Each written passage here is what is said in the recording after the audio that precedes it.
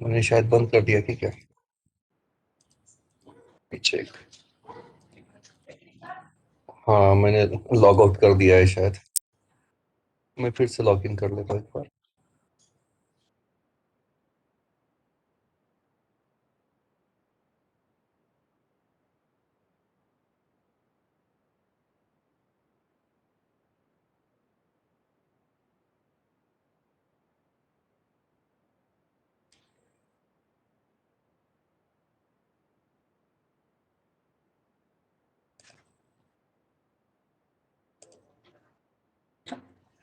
Just a moment, मैं log in कर रहा हूँ।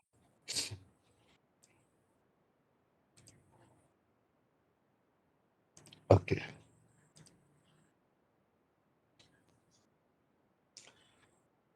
लॉग इन हो गया है मेरा।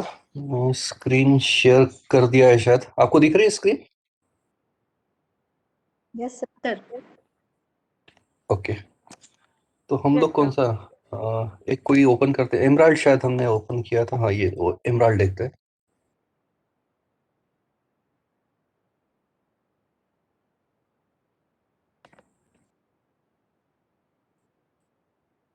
यहाँ पे आपको कीवर्ड सर्च करने हैं। पहला कीवर्ड आप यहाँ पे डालेंगे जिसको बेसिक सर्च माना जाएगा। अदरवाइज आप यहाँ एडवांस सर्च जो दिख रहा है यहाँ पे क्लिक कर सकते हो।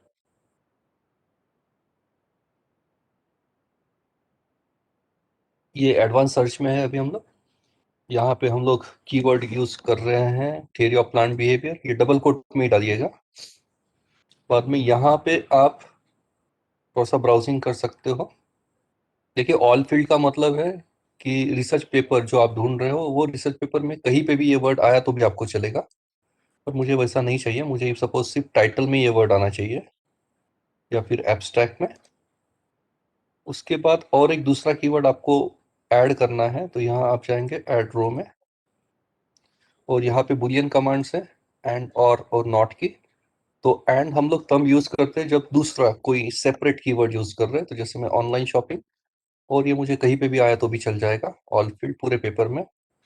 उसके बाद मैं ऐड रो कर रहा हूँ, और इस बार मैं और कमांड यूज कर रहा हूँ। यहाँ पे मैं इंटरनेट शॉपिंग डाल रहा हूँ, और ये ऑल फील्ड चलती है। यहाँ पे मैं रिफाइन सर्च कर रहा हूँ डेट की रेंज देके। इफ सपोज पिछले 20 साल का मैं कर रहा हूँ, 2001 से 2020। और एक्सेस टाइप में ऑल कंटेंट्स चाहिए मुझे। ओनली ओपन एक्सेस का मतलब है कि आपके सामने जो पेपर आएंगे उसका पीडीएफ अवेलेबल रहेगा और आप वो डाउनलोड कर पाओगे। पर मैं पूरे के पूरे कंटेंट ही देख रहा हूँ, ओपन सोर्स हो या ना हो। और यहाँ से मैं सर्च कर रहा हूँ अभी। लेटेस्ट चेक कितने पेपर्स आते हैं।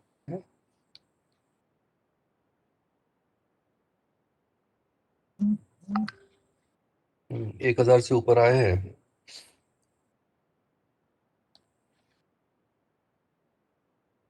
ओके।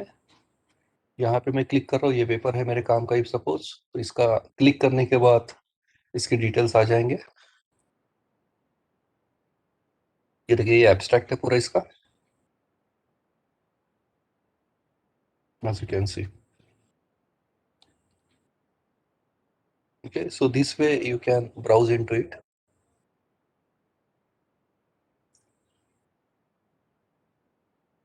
ये है आर्टिकल्स। 1678 आर्टिकल्स है इसमें। आर्टिकल्स है ना, ये ओरिजिनल पेपर्स है। बाद में बुक पार्ट अगर आपको साइट करना है तो कर सकते हैं, अदरवाइज जनरली तो नहीं करते इसको। केस स्टडीज है 9। बाद में अर्ली साइट आर्टिकल, ये 47 दिख रहा है। ये क्या है मुझे मालूम नहीं, पर ये काम की चीज है। 1678।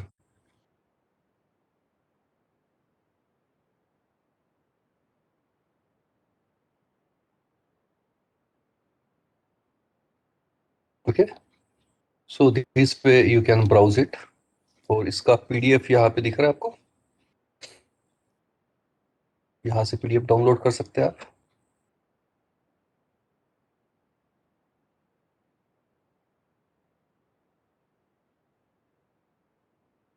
ये हो गया एमराल्ड के बारे में।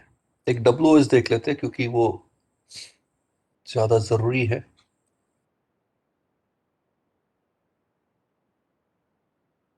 कहाँ चला जाता है।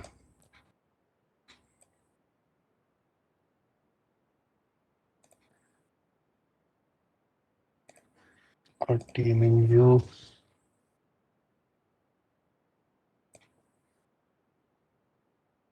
WOS देख लेते एक बार, वेब ऑफ साइंस।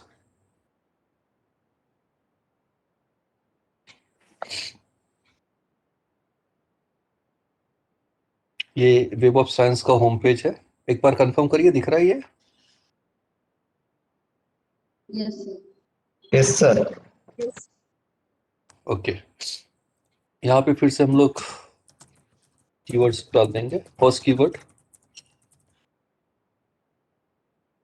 और इसमें एक वाइल्ड कैरेक्टर का भी रोल होता है, PEHAVIO,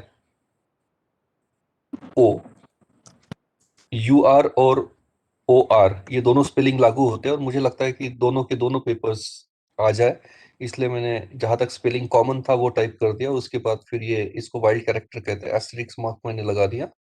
और यहाँ पे मैं ढूंढ रहा हूँ, इफ सपोज टाइटल, कि ये वर्ड जो है, ये कीवर्ड मेरा ये टाइटल में ही आ जाए। उसके बाद मैं कर रहा हूँ add row, and command, online shopping, इसको टॉपिक रहने देते हैं। उसके बाद एड रो, एक और कमांड यूज करते हैं, इंटरनेट शॉपिंग, इसको टॉपिक रहने देते हैं। कस्टम रेंज कर देते हैं यहाँ पे, कस्टम रेंज सपोज 2001 से 2020, और मैं सर्च कर रहा हूँ।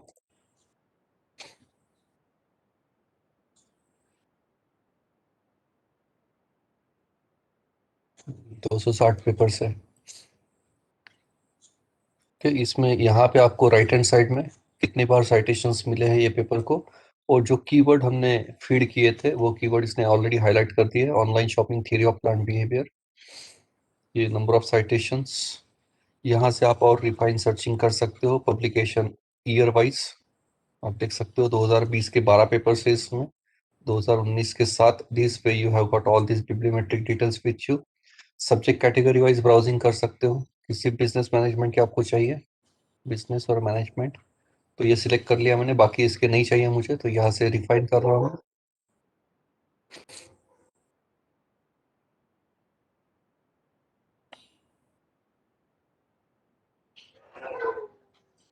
114 पेपर्स आए हैं अभी, जो और ज्यादा करीब है मेरे टॉपिक से।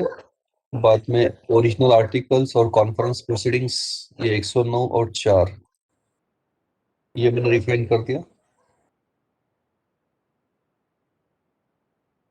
109 बचे हैं अभी ये।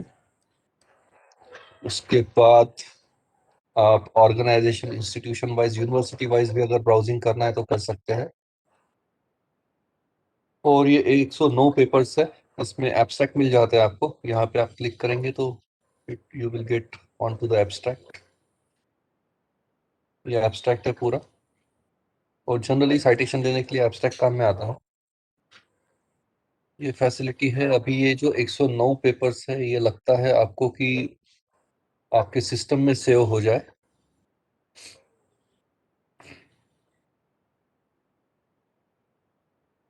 तो यहाँ से आप डाउनलोड कर सकते हो, क्रिएट साइटेशन रिपोर्ट।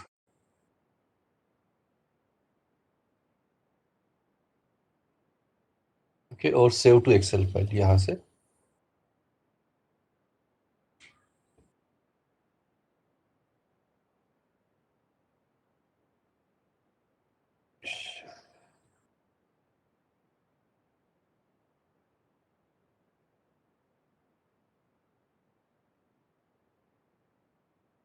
ये यहाँ पे डाउनलोड हुआ है पूरे 109 पेपर के डिटेल्स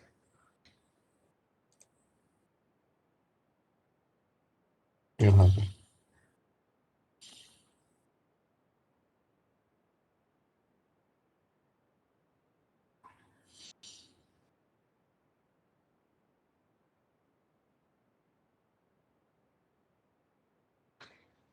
ओके, ये जो 109 आर्टिकल्स है उसके ये टाइटल्स है पूरे, एज यू कैन सी।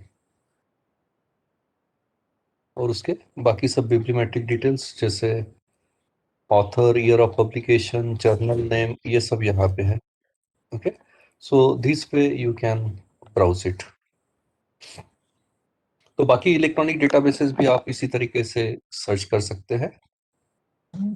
तो सेकेंडरी सोर्सेस जो है, major sources of secondary data, वो आपको मैंने समझा दिया है। चैट बॉक्स चेक कर लेता हूँ मैं। Sir please kindly tell about designing of question as it is very important for from my thesis view point of would you like to no.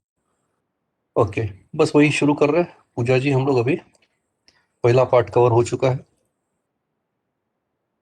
Just a moment.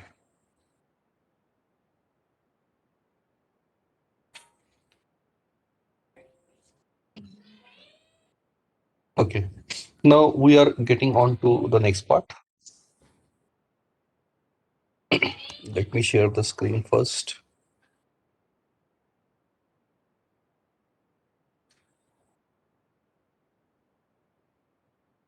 थोड़ा confirm करिए, screen दिख रही है मेरी पीपीटी?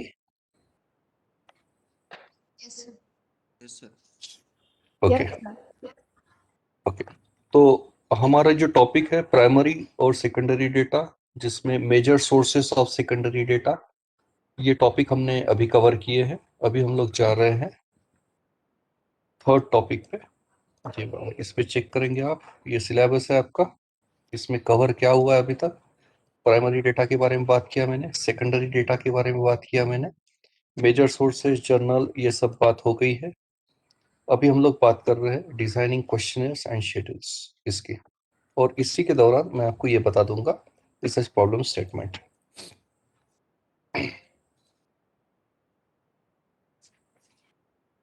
एक बार sources की list थोड़ा सा स्क्रॉल कर लेता हूं मैं। ये OATD जो मैं बता रहा था आपको, उसके बाद network digital library of thesis and dissertation, जो मैडम मुझे पूछ रही थी थेसिस के लिए, NTLTD। बाद में ओपन थेसिस, उसके बाद एनलिस्ट जो मैं बता रहा था आपको, लाइफ साइंसेस, फार्मेसी, मेडिसिन वालों के लिए पबमेड नाम से एक रिपोजिटरी है।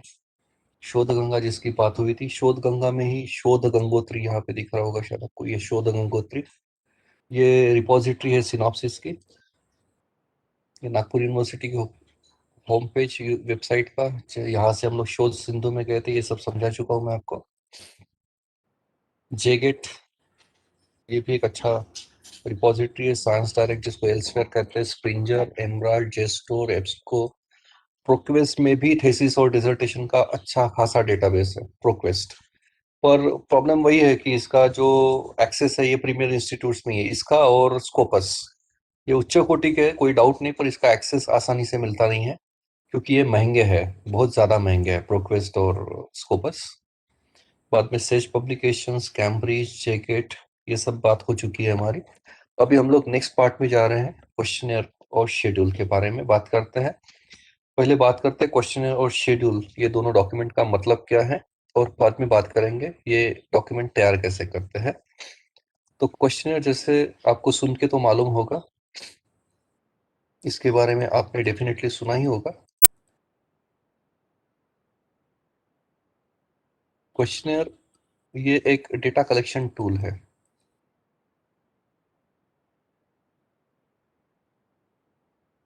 डेटा कलेक्शन टूल या फिर डेटा कलेक्शन इंस्ट्रूमेंट इसको कहा जाता है, और ये खास करके सर्वे प्रोजेक्ट्स में यूज होता है।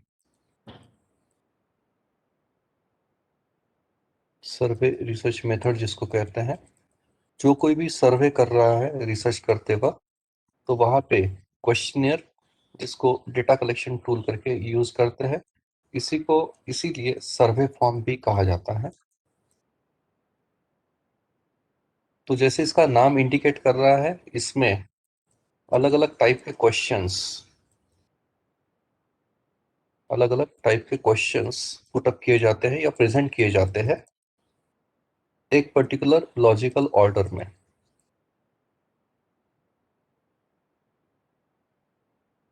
और ये एक डॉक्यूमेंट की तरह काम करता है। ये सर्वे फॉर्म है जो एक डॉक्यूमेंट या फॉर्म की तरह काम करता है, जिसमें अलग अलग प्रकार के क्वेश्चंस पुटअप किए जाते हैं। टाइप्स ऑफ क्वेश्चंस का मतलब क्या है, कभी रेस्पोंडेंट को उसमें टिक मार्क करना होगा, या कभी 1 to 10 में रेटिंग देनी होगी, या फिर कभी आपको लिखना होगा कि what is your monthly income, तो यहाँ पे रुपीज करके डैश लिखा होगा, इसमें लिखा लिखा हो, यहाँ पे आपको कुछ नंबर्स लिखने होंगे, या फिर कुछ क्वेश्चन ऐसे होते हैं कि जहाँ पे 2-3 लाइन छोड़ी होती है कि व्हाट इज योर सजेशन या एनी रिमार्क्स। तो इस प्रकार के अलग अलग टाइप के क्वेश्चंस ये फॉर्म में लिखे जाते हैं, जिसको हम लोग क्वेश्चनर कहते हैं, और सर्वे मेथड में ये डॉक्यूमेंट ज्यादातर यूज किया जाता है। और ये टर्म जो है ये आपको फैमिलियर होगी ही, और एज ए कॉमन रिस्पोंडेंट आपने तो ये बहुत सारे सर्वे फॉर्म्स अभी तक फिलअप कर लिए होंगे, और खास करके कोविड की सिचुएशन में आजकल ये सर्वे फॉर्म जो है ये आपका गूगल फॉर्म के तरीके से, आप किसी भी ऑनलाइन प्रोग्राम के लिए रजिस्टर कर रहे हैं तो गूगल फॉर्म आ जाता है, और उसी तरीके से सर्वे फॉर्म भी गूगल फॉर्म में आज बनाए जा रहे हैं और सर्कुलेट भी किए जा रहे हैं। तो ऐसे फॉर्म्स आपने अभी तक बहुत बार एज ए कॉमन रेस्पोंडेंट तो फिलअप किए होंगे। तो क्वेश्चनर का मतलब शायद आपको बेटर तरीके से मालूम है, क्योंकि आपने इसको देखा है, इसको आपने रिस्पॉन्ड भी किया होगा। देखिए, ये हमारी प्रोसेस है, खास करके सर्वे प्रोजेक्ट में जब रिसर्च किया जाता है सर्वे मेथड से, तो ये सिक्वेंशियल स्टेप्स फॉलो की जाती है, जहाँ पे शुरुआत होती है टॉपिक सिलेक्शन से, उसके बाद टाइटल फिक्सेशन, उसके बाद आपका प्रॉब्लम स्टेटमेंट के बाद ऑब्जेक्टिव्स, हाइपोथेसिस, ये हम लोग प्रिपेयर करते हैं। अभी जो प्रॉब्लम स्टेटमेंट का पार्ट है जो आपके सिलेबस में दिया है वो मैं इस स्लाइड पे समझा देता हूँ, फिर आगे बढ़ते हैं। रिसर्च प्रॉब्लम स्टेटमेंट,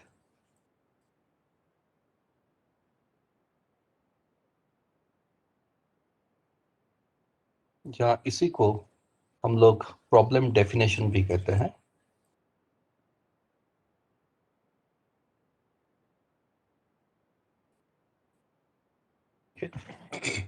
अभी ये जो है ये बेसिकली एड्रेस करता है what of your research study. आप ब्रॉड सेंस में क्या कर रहे हो, ये जब एक्सप्रेस करते हो या प्रेजेंट करते हो उसको रिसर्च प्रॉब्लम स्टेटमेंट कहा जाता है। ये एक पैराग्राफ के फॉर्म में जनरली प्रेजेंट किया जाता है। It is generally presented in the form of a paragraph, and over here in this particular paragraph you narrate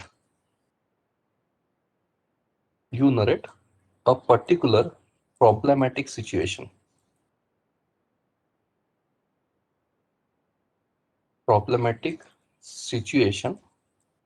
related to your research topic, and it is a unresolved situation जिसको address करना जरूरी है, and you are trying to provide a solution of it by conducting a research on this real life problematic situation। जब आप उस समस्या का विवरण करते हैं, जो रियल लाइफ की समस्या है, उस समस्या का जब विवरण करते हैं आप, तो उसको जनरली प्रॉब्लम स्टेटमेंट कहा जाता है। So basically your problem statement is the narration of the problematic situation, a real life problematic situation which need to be resolved by conducting one particular research study. So in short, your problem statement is addressing the issue of what in broad sense। और इसी को ध्यान में रखते हुए हम लोग objectives बनाते हैं, objectives of our research study, जो प्रॉब्लम स्टेटमेंट का ही एक पार्ट है, क्योंकि प्रॉब्लम स्टेटमेंट को रेफर करते हुए ऑब्जेक्टिव्स डिड्यूस किए जाते हैं। Objectives is addressing the issue of what all,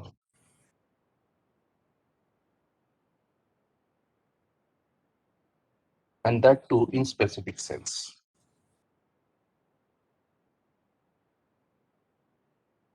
हम लोग प्रॉब्लम स्टेटमेंट में बताते हैं कि इन ब्रॉड सेंस हम क्या करना चाहते हैं, और ऑब्जेक्टिव्स में हम लोग बताते हैं कि हम क्या क्या अचीव करना चाहते हैं इन specific sense. And then next thing is your hypothesis statement, and hypothesis statements are basically the assumptions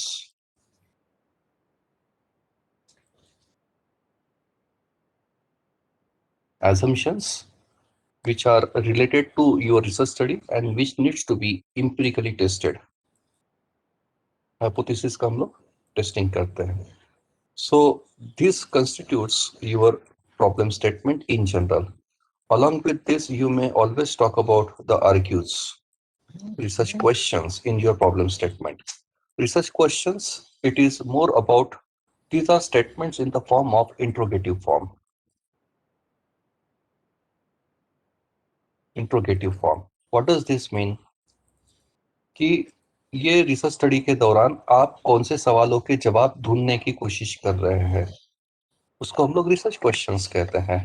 तो all this constitutes your research problem statement. आगे बढ़ते हैं.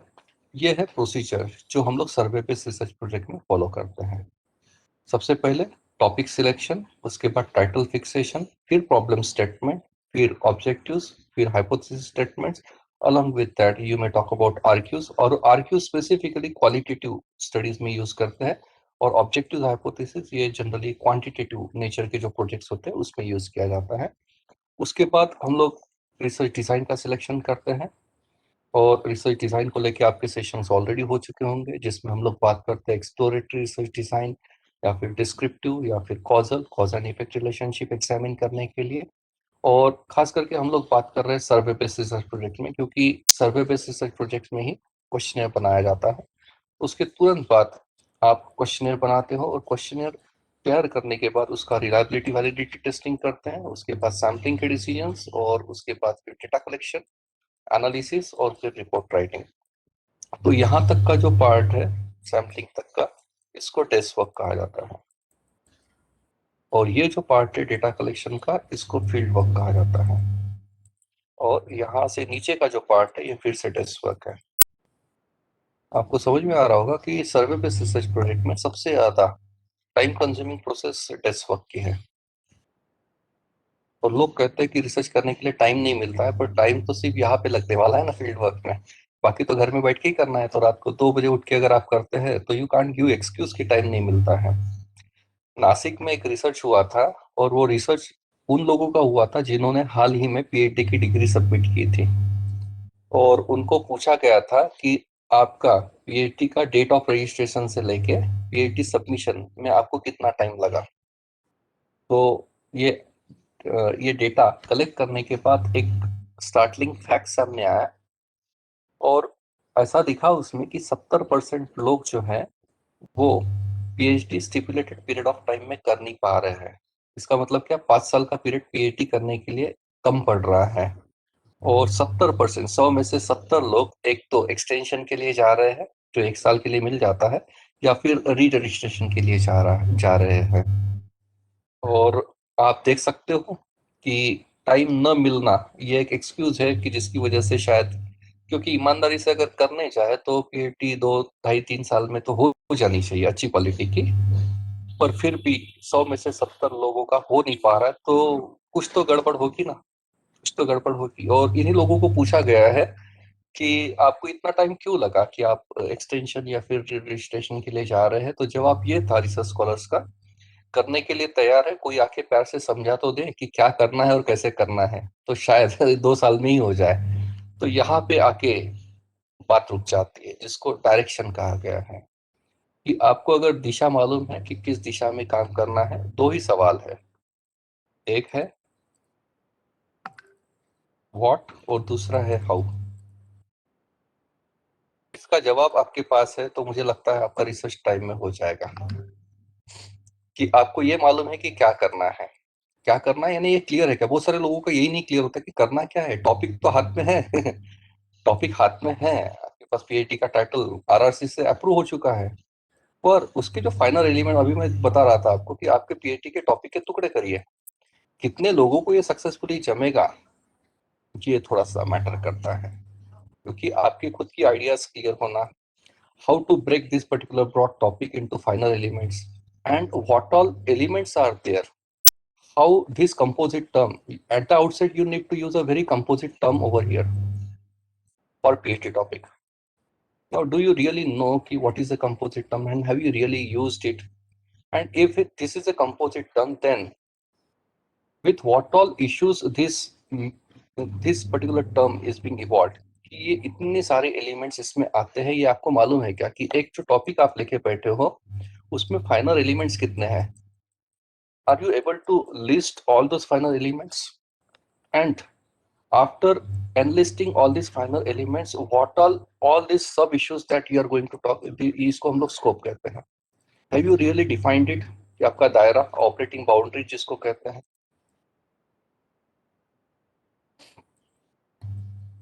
ये आपने डिफाइन की है क्या कि कहाँ से शुरू होगा कहाँ पे खत्म होगा? बहुत सारे रिसर्च स्कॉलर्स को ये बेसिक चीजें नहीं मालूम होती है। स्वाभाविक कारण ये है कि आज हमारा लर्निंग सोर्स क्या है? लर्निंग सोर्स दो हो सकते हैं। एक तो आप यूट्यूब के वीडियो देखते हो, दूसरा, या इंटरनेट इन जनरल में बोल रहा हूँ, और दूसरा है किताबें।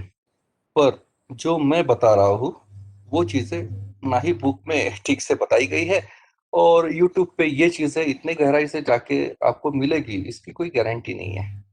यदि में इसलिए एक अच्छा सोर्स जो शायद हम लोग ठीक से यूज नहीं कर रहे हैं वो है सिस्टमैटिक ट्रेनिंग लेना। आप पीएचडी कर रहे हो, एक सीरियस एक्टिविटी कहा जाता है इसको, once in a life time activity कहा जाता है कि जिंदगी में शायद आप एक ही बार पीएचडी करोगे। तो आपने जिंदगी में जो भी चीजें पहली बार की है एक बड़े लेवल पे, तो क्या आपने उसकी ट्रेनिंग नहीं ली है? बिल्कुल ली है। आपने अगर जिंदगी में स्विमिंग भी सीखा होगा तो क्या ऐसे कूद पड़े क्या? आपने शायद कोई कोचिंग क्लास लगाया होगा, या कोई तो ऐसा होगा मेंटर कि जो जिसको साथ में लेके किए, कि वन फाइन डे मन में आया कि स्विमिंग सीखते हो, जाके कूद गए। ऐसा तो नहीं होता ना बॉस। जो भी स्किल छोटी मोटी हो, इवन साइकिल चलाई होगी आपने जिंदगी में पहली बार, कोई तो रहा होगा साथ में, बाबा रहे होगे, आई रही होगी, या बड़ा भाई, बड़ी बहन, या कोई दोस्त, कोई तो रहा होगा साथ में। और उसको हम लोग मेंटर कहते हैं, और पीएचडी करते वक्त भी वो चीज लगती है। और शायद आप कन्विंस भी हो रहे होंगे मेरे साथ कि आपका एजुकेशन पूरा हो गया, बिल्कुल आप नर्सरी से लेके पीजी आपने पढ़ लिया, पर ये पूरी की पूरी 20 साल की जर्नी आप काउंट कर लीजिए, नर्सरी से लेके पोस्ट ग्रेजुएशन 20 साल की जर्नी है ये एजुकेशन की जर्नी। और ये 20 सालों की जर्नी के बाद आप इलिजिबल हो गए हो पीएचडी करने के लिए, पर कैपेबल है कि नहीं उसके ऊपर अभी भी शंका है। इलिजिबल और कैपेबल में फर्क है।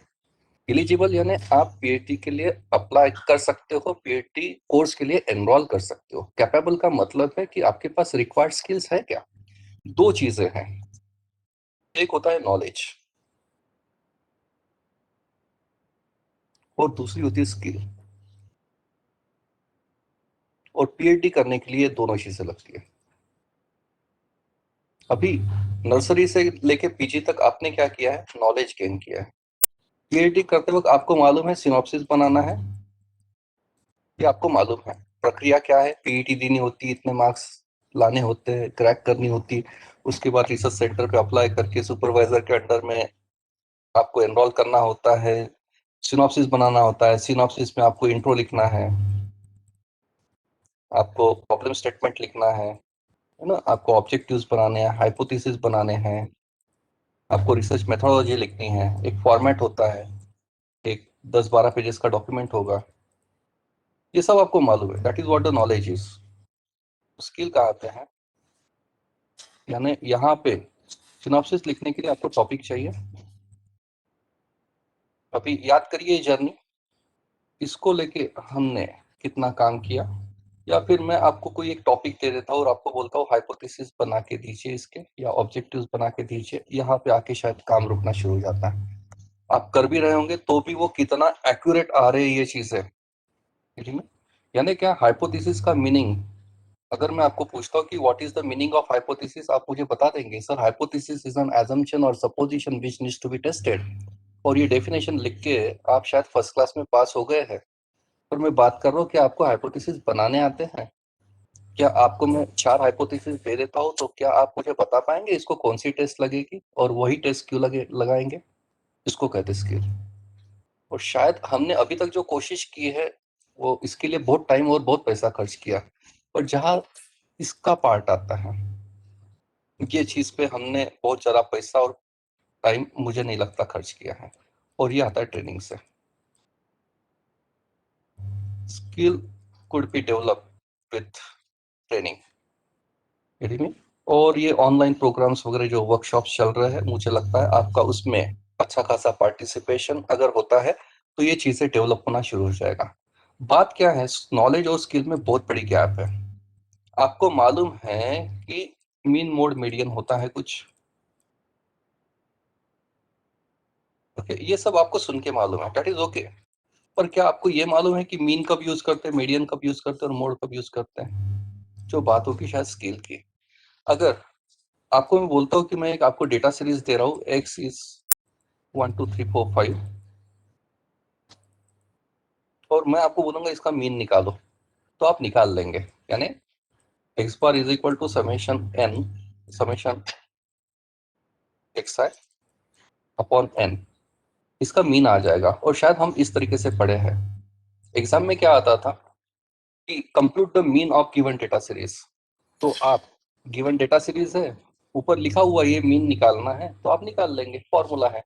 पर आज ये करना ही नहीं है। सबसे बड़ी बात क्या है, हमको कोई बताने वाला नहीं है कि compute the mean of this data series. वो डेटा सीरीज क्या है वो हमको डिसाइड करना है, वो डेटा सीरीज का करना क्या है ये हमको डिसाइड करना है, और इम्पोर्टेंटली फॉर्मूले यूज करने ही नहीं है, क्योंकि software is going to take care of all this things.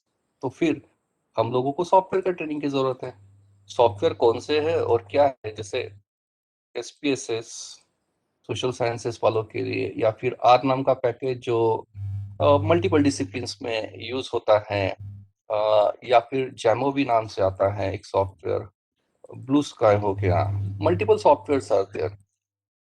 Engineering science pharmacy वाले शायद मिनी टैब यूज करते हैं। ये सब सॉफ्टवेयर अस्तित्व में, इवन एमएस एक्सेल में अच्छे खासे फंक्शंस है, अच्छे खासे फंक्शंस है जिससे आप t test, z test, ANOVA, correlation, regression, ये सिंगल क्लिक पे हो जाता है। Excuse me. बात वही है कि हमने इन सब चीजों के लिए कितना टाइम दिया है, और इसके सिवा हमारा रिसर्च होने वाला है नहीं, ये तो इतना बॉटम लाइन है। तो मुझे लगता है कि जो चीजों पे हमने बहुत ज्यादा टाइम और पैसा खर्च किया है वो शायद बहुत ज्यादा काम में नहीं आ रही, और जिस चीजों से शायद हमारे रिसर्च क्वालिटी में फर्क पड़ने वाला है उसमें ना ही हम लोग बहुत ज्यादा टाइम दे रहे हैं, और ना ही बहुत ज्यादा हम लोग वक्त दे रहे हैं इस चीजों को। और एक अच्छा रिसर्च और एक ऑर्डिनरी रिसर्च में अगर कोई फर्क होगा तो मुझे लगता है जो लोग वो के पास ये सब है वो अच्छे रिसर्चर बन चुके हैं, और इनके पेपर्स, स्कोपस, डब्ल्यूएस जो आप बोलते हो, एबीडीसी लिस्ट, एबीएस लिस्ट, इसमें पब्लिश होने और ना होने का कारण क्या है? क्योंकि रिसर्च एक स्किल है, और स्किल कोई भी हो, छोटी से छोटी क्यों ना हो, वो ओवरनाइट डेवलप नहीं होती है। आपको उसमें वक्त और पैसा दोनों थोड़ा तो भी खर्च करने की मानसिकता रखनी होती है। वापस जाते हैं हमारे डिस्कशंस पे।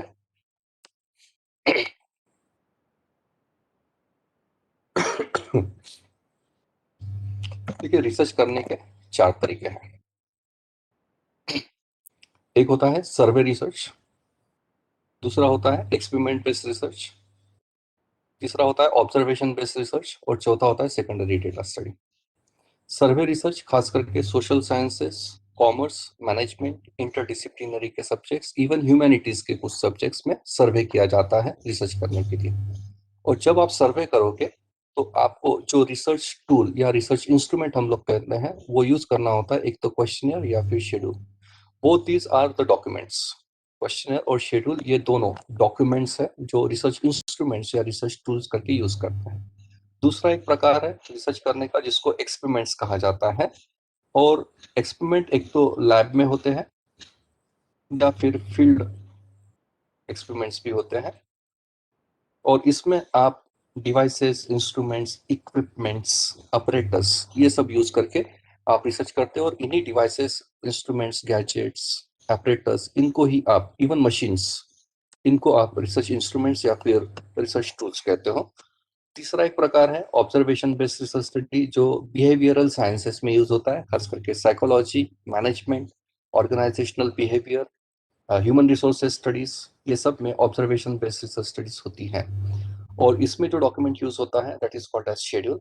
और सेकेंडरी डेटा स्टडी जो खास करके ह्यूमैनिटीज और लैंग्वेजेस, लिटरेचर, इनके रिसर्च स्कॉलर्स यूज करते हैं, जिसमें फोकस होता है इनका रिकॉर्ड्स पे, रिपोर्ट्स पे, या फिर कुछ date remains, monuments, architectural buildings, इन सब पे इनका हिस्टोरिकल जिसका इंपॉर्टेंस है, कोई फोर्ट्स हो सकते हैं या माइंस हो सकते हैं, इसके ऊपर इनका फोकस होता है। तो these are mostly in the form of records. और हम लोग जो डॉक्यूमेंट की बात कर रहे हैं आज, क्वेश्चनियर और शेड्यूल, वो जाता है खास करके सर्वे बेस्ड रिसर्च प्रोजेक्ट अगर आप कर रहे हो तो क्वेश्चनियर नाम का एक डॉक्यूमेंट हम लोगों को तैयार करना होता है। और क्वेश्चनियर जैसे मैंने आपको ऑलरेडी बता दिया है, ये एक प्राइमरी डेटा कलेक्ट करने का माध्यम माना जाता है या इंस्ट्रूमेंट माना जाता है। Questionnaire is a primary data collection instrument or tool which is commonly used in survey based research projects। और ये इसमें एक pre design set of questions होते हैं जो एक लॉजिकल पर्टिकुलर स्ट्रक्चर में ऑर्गेनाइज किए जाते हैं और प्रेजेंट किए जाते हैं, और ये एक डॉक्यूमेंट की तरह काम करता है। ये प्रिंटेड या फिर डिजिटल डॉक्यूमेंट भी आज की डेट में अवेलेबल है। डिजिटल में आपके पास दो चॉइसेस है, एक है गूगल फॉर्म, ये थोड़ी देर बाद मैं बात कर ही रहा हूँ। गूगल फॉर्म आप सर्कुलेट कर सकते हो, या फिर आपका माइक्रोसॉफ्ट फॉर्म्स, ये दो तरीके से भी आप आपका क्वेश्चनियर डिजिटली सर्कुलेट कर सकते हो। बात करते हैं शेड्यूल की। देखिए दोनों जो हैं, ये दोनों डेटा कलेक्शन इंस्ट्रूमेंट्स है, क्वेश्चनियर और शेड्यूल। ये डेटा कलेक्शन इंस्ट्रूमेंट ही है, और शेड्यूल दो सेंस में यूज होता है। ये शेड्यूल एज ए डॉक्यूमेंट आप इसको इंटरप्रेट कर पाते हो, या फिर शेड्यूल एज ए प्रोसेस आप इसको यूज कर सकते हो। शेड्यूल एज ए डॉक्यूमेंट ये क्वेश्चनियर की तरह ही काम करता है, जिसमें pre design set of questions रहेंगे। और इम्पोर्टेंटली क्वेश्चनियर और शेड्यूल ये दोनों में एक फिजिकल डिफरेंस दिखेगा। डॉक्यूमेंट में आपके जो क्वेश्चंस है वो एक के नीचे एक प्रेजेंट ना करते हुए आप इसको ग्रिड फॉर्म में प्रेजेंट करते हो। ग्रिड फॉर्म, यहाँ पे आपके स्टेटमेंट्स 1 2 3 4 स्टेटमेंट्स आएंगे, और यहाँ पे स्ट्रांगली डिसएग्री न्यूट्रल वगैरह इस तरीके से रेस्पॉन्सेस आएंगे, और ये आइटम्स के सामने रेस्पोंडेंट टिक मार्क करता है। जब आपके क्वेश्चनर में इस तरीके के क्वेश्चन का वेटेज ज्यादा होता है, यानी ग्रिड फॉर्म या टेबुलर फॉर्म के क्वेश्चन का वेटेज ज्यादा है प्लेन क्वेश्चन से, तो उस डॉक्यूमेंट को हम लोग शेड्यूल कह सकते हैं। But the major difference lies in the method of administration of your survey form. ये दोनों सर्वे फॉर्म है, शेड्यूल और क्वेश्चनियर, इसको हम लोग सर्वे फॉर्म कह रहे हैं। But the major difference for distinguishing both these documents, question and schedule, lies in the way it is administered। Administer का मतलब क्या है? आपका डॉक्यूमेंट आपने तैयार कर लिया, सर्वे फॉर्म आपका आपने बना लिया। सर्वे फॉर्म एडमिनिस्ट्रेशन की मेथड्स बता रहा हूं मैं।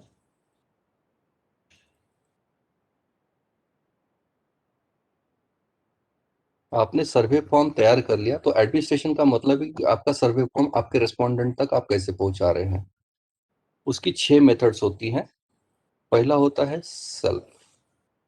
Self administration. आपने सर्वे फॉर्म तैयार किया और आप खुद वो सर्वे फॉर्म रेस्पोंडेंट तक लेके जा रहे हो, और आप उनसे वो फिलअप करा रहे हो, ठीक है, जिसको सेल्फ एडमिनिस्ट्रेशन कहा जाता है। दूसरी मेथड है मेल करना। मेल यानी फिजिकल मेल की बात हो रही है, जो पोस्ट ऑफिस के थ्रू या फिर कुरियर के थ्रू आप आपके रेस्पोंडेंट को भेज रहे हो। तीसरी मेथड होती है इलेक्ट्रॉनिक मेल। आप आपका सर्वे फॉर्म रेस्पोंडेंट तक इलेक्ट्रॉनिक मेथड से ईमेल के थ्रू पहुंचा रहे हो। चौथी मेथड होती है अपॉइंटमेंट ऑफ सर्वेयर्स। आपने सर्वे फॉर्म तैयार किया और आपने सर्वेयर्स के हाथ में दिया, और surveyors are collecting data on your behalf. पांचवी मेथड होती है टेलीफोनिक इंटरव्यू।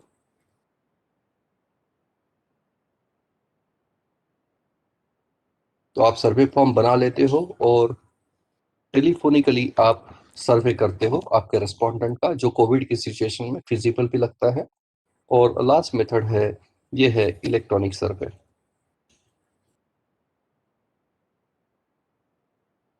इलेक्ट्रॉनिक सर्वे में आप गूगल फॉर्म या फिर आपका माइक्रोसॉफ्ट फॉर्म तैयार करते हो, और वो आप सोशल मीडिया के थ्रू, वो भले ही आपका व्हाट्सएप के थ्रू क्यों ना हो, आप सर्वे कंडक्ट कर रहे हो।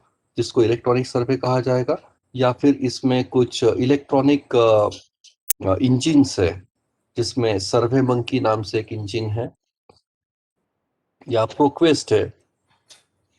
यहाँ पे आप आपका सर्वे फॉर्म अपलोड कर देते हो और फिर उसके जो मेंबर्स हैं वो मेंबर्स आपका सर्वे फॉर्म को रिस्पॉन्ड करते हैं और आपको नोटिफिकेशन आ जाता है कि सर्वे फॉर्म फिलअप कर दिया गया है रिस्पॉन्डेंट्स की तरफ से।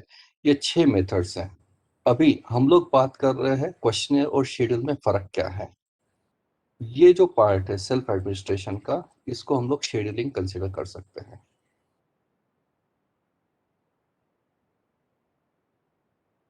ये और ये एक method.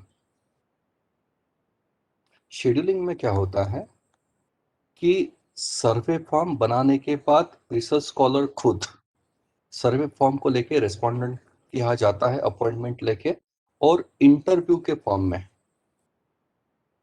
Face to face interview या पर्सनल इंटरव्यू जिसको कहा जाता है, इंटरव्यू के फॉर्म में सर्वे कंडक्ट किया जाता है।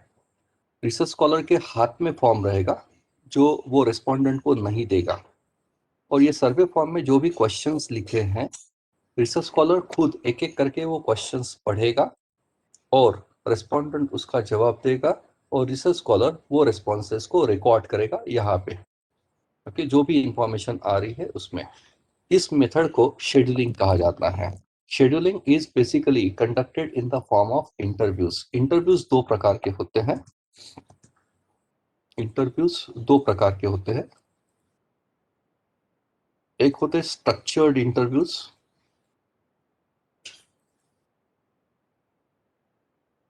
और दूसरे होते हैं अनस्ट्रक्चर्ड। अनस्ट्रक्चर्ड का मतलब है कि आप क्वेश्चंस क्या पूछने वाले हो उसका आपने होमवर्क या ग्राउंड वर्क नहीं किया है। आप रेस्पोंडेंट के पास गए और एक क्वेश्चन आपने पूछा, उससे में जो जवाब आया वो जवाब से क्लू लेके आपने दूसरा क्वेश्चन स्पॉन्टेनियसली वहां पे तैयार किया और पूछा। यानी क्या यहाँ पे pre decided set of questions नहीं है, प्री डिटरमाइंड क्वेश्चंस नहीं है, क्वेश्चंस आर नॉट देयर। पर स्ट्रक्चर्ड इंटरव्यू में एग्जैक्टली उल्टा है। यहाँ पे pre decide set of questions are there. यानी कौन से क्वेश्चन कौन से ऑर्डर में और कितने क्वेश्चन पूछने हैं, ये होमवर्क करके रिसर्च स्कॉलर रेस्पोंडेंट के पास गया है और उसी ऑर्डर में वो क्वेश्चंस पूछ रहा है और रिक्वायर्ड डेटा जो है वो कलेक्ट कर रहा है। उसको स्ट्रक्चर्ड इंटरव्यूज कहा जाता है, और ये फेस टू फेस कॉन्टैक्ट में होता है, या फिर ये टेलीफोनिकली भी हो सकता है। इस एक्टिविटी को हम लोग शेड्यूलिंग कहते हैं और ये रिकमेंडेड है। जो 6 मेथड्स में बता रहा था उसमें शेड्यूलिंग सबसे ज्यादा रिकमेंडेड है, क्योंकि रिसर्च स्कॉलर का इन्वॉल्वमेंट डेटा कलेक्शन की प्रोसेस में ज्यादा होता है जब रिसर्च स्कॉलर शेड्यूलिंग करता है। बाकी मेथड्स में आप देखेंगे ईमेल के थ्रू, या आपने कुरियर कर दिया है आपका क्वेश्चनियर, या फिर आपने सर्वेयर्स अपॉइंट किए हैं। इस मेथड में रिसर्च स्कॉलर खुद इन्वॉल्व बहुत ज्यादा नहीं है डेटा कलेक्शन की प्रोसेस में, और डेटा जो है रिसर्च स्कॉलर के एब्सेंशिया में जनरेट हो रहा है। अगर रिस्पोंडेंट को कुछ तकलीफ आ रही है, कुछ क्वेश्चंस का मतलब नहीं समझ में आ रहा है, या कुछ उसको और दिक्कतें आ रही हैं, तो फिर रिसर्च स्कॉलर वहां पे मौजूद नहीं है, और उस केस में रेस्पॉन्स रेट जो है वो कम हो जाता है। रेस्पॉन्स रेट का मतलब है कि आपने 100 लोगों को फॉर्म भेजे हैं, तो कितने लोग इसको वापस भेजेंगे, उसको रेस्पॉन्स रेट कहा जाता है। ईमेल के लिए ये 6% माना जाता है। अगर आप 100 लोगों को ईमेल के थ्रू आपका क्वेश्चन भेजते हो तो उसमें से सिर्फ 6 लोग आपका फॉर्म फिलअप करके भेजते हैं। Similar is the case with आपका कुरियर। लगभग 3 से 4% कुरियर में आप अगर करते हो तो 100 में से सिर्फ 3 या 4 लोगों का क्वेश्चन वापस आता है। ये दिक्कतें हैं। टेलीफोनिक इंटरव्यूज में लगभग ये 69% माना जाता है रिस्पॉन्स रेट। पर मैंने खुद ही मेरे पीएचडी के लिए टेलीफोनिक इंटरव्यू किया था, शेड्यूलिंग ही किया था मैंने। तो मेरा 864 का सैंपल साइज है। इसमें से लगभग मैंने 280 लोगों के टेलीफोनिकली इंटरव्यू लिए हैं, और मुझे 280 में से 279 लोगों ने अच्छा रिस्पांस दिया था। सिर्फ एक बंदा था जो उस वक्त कुछ काम में बिजी था, या उसने पोलाइटली मुझे डिनाई किया कि सर मैं थोड़ा बिजी हूँ, कि मैंने आपको कमिट किया था कि आज मैं बात करूंगा पर मैं कर नहीं पा रहा हूँ। तो मेरे लिए तो लगभग 100% रिस्पॉन्स रेट हो गया। तो शेड्यूलिंग में रिस्पॉन्स रेट, और आप जब खुद पर्सनल इंटरव्यू कर रहे हो, यानी आप आपके रेस्पोंडेंट के पास खुद फॉर्म लेके जा रहे हो अपॉइंटमेंट लेके, तो उसमें 95% रिस्पॉन्स रेट कहा गया है, पर मेरा मानना है ये 99% होना चाहिए। 100 में से 99 लोग अगर आप अपॉइंटमेंट लेके जाते हो तो आपको रिप्लाई तो कर देते हैं। तो response rate in scheduling is pretty high. तो क्वेश्चनर और शेड्यूलिंग में एक मेजर फर्क क्या है? क्वेश्चनर इज मोर अबाउट आप फॉर्म बना रहे हो और भेज रहे हो, आपका फिजिकल प्रेजेंस वहां पे नहीं होता है। और शेड्यूलिंग में आपका फिजिकल प्रेजेंस होता है, आप डेटा कलेक्शन प्रोसेस में इन्वॉल्व रहते हो। That's the major difference. एक बार समराइज कर लेते हैं अभी तक जो देखा हमने, ये 5 पॉइंट्स जो मैंने आपको समझाया। यहाँ पे क्वेश्चनर में क्वेश्चंस एक के नीचे एक प्रेजेंट किए जाते हैं, यहाँ पे टेबुलर फॉर्म में प्रेजेंटेशन होता है। दूसरा, रिसर्च स्कॉलर का इन्वॉल्वमेंट लो होता है क्वेश्चनर एडमिनिस्ट्रेशन में, और यहाँ पे हाई इन्वॉल्वमेंट होता है रिसर्च स्कॉलर का। तीसरा, डेटा जो है रिसर्च स्कॉलर के एब्सेंशिया में जनरेट होता है, यहाँ पे डेटा रिसर्च स्कॉलर के फेस टू फेस इंटरेक्शन में जनरेट होता है। और आपका मिसिंग डेटा जो है, मिसिंग डेटा यहाँ पे बहुत ज़्यादा आता है। मिसिंग डेटा यहाँ पे बहुत ज़्यादा जनरेट होता है, यहाँ पे मिसिंग डेटा जनरेट नहीं होता। मिसिंग डेटा यानी क्या? आप क्वेश्चनर भेज दो, देयर इज वेरी पॉसिबिलिटी कि आपने 40 क्वेश्चंस बनाए हैं, तो हो सकता है आपके रेस्पोंडेंट 31 32 ऐसे कुछ सवालों के जवाब देंगे, 8 या 9 सवालों के जवाब ही नहीं दे रहे, उसको मिसिंग डेटा कहते हैं। और यहाँ पे तो आप फेस टू फेस कन्फ्रंटेशन में डेटा कलेक्ट कर रहे हैं, तो मिसिंग डेटा यहाँ पे जनरेट होने का चांस जो है वो कम हो जाता है। बाद में यहाँ पे क्वेश्चनर जो है वो रेस्पोंडेंट फिलअप करता है, यहाँ पे रिसर्च स्कॉलर खुद इंटरेक्शन में, फेस टू फेस इंटरेक्शन में क्वेश्चन पूछता है, जो रिस्पॉन्सेस आते हैं वो रिस्पॉन्सेस स्कॉलर खुद रिकॉर्ड करता है, अपने हाथ से डेटा फिलअप करता है। यहाँ पे रिस्पॉन्स रेट बहुत कम होता है, लगभग 5% के आसपास, पर यहाँ पे रिस्पॉन्स रेट बहुत ज़्यादा होता है, मेरे ख्याल से बचे हुए 95% शायद यहाँ पे। तो scheduling is more recommended over simple questionnaire administration activity. Now we are on to questionnaire designing now, and I am sharing with you the steps in designing questionnaire. इसे 6 स्टेप प्रोसेस एक एक करके समझने की कोशिश करते हैं। स्टेप नंबर 1 पे है हम लोग। स्टेप नंबर 1 होता है, you need to assess your data requirements, कि आपके प्रोजेक्ट को कौन से डेटा की जरूरत है। आप जो रिसर्च कर रहे हो उस रिसर्च की डेटा रिक्वायरमेंट्स क्या है, कौन सा डेटा आपको लगेगा। और ऑब्वियसली आपको आपका डेटा रिक्वायरमेंट्स कहाँ से पता चलेगा?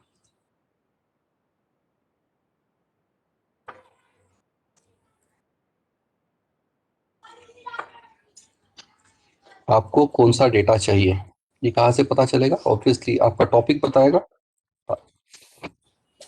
बाद में आपका प्रॉब्लम स्टेटमेंट,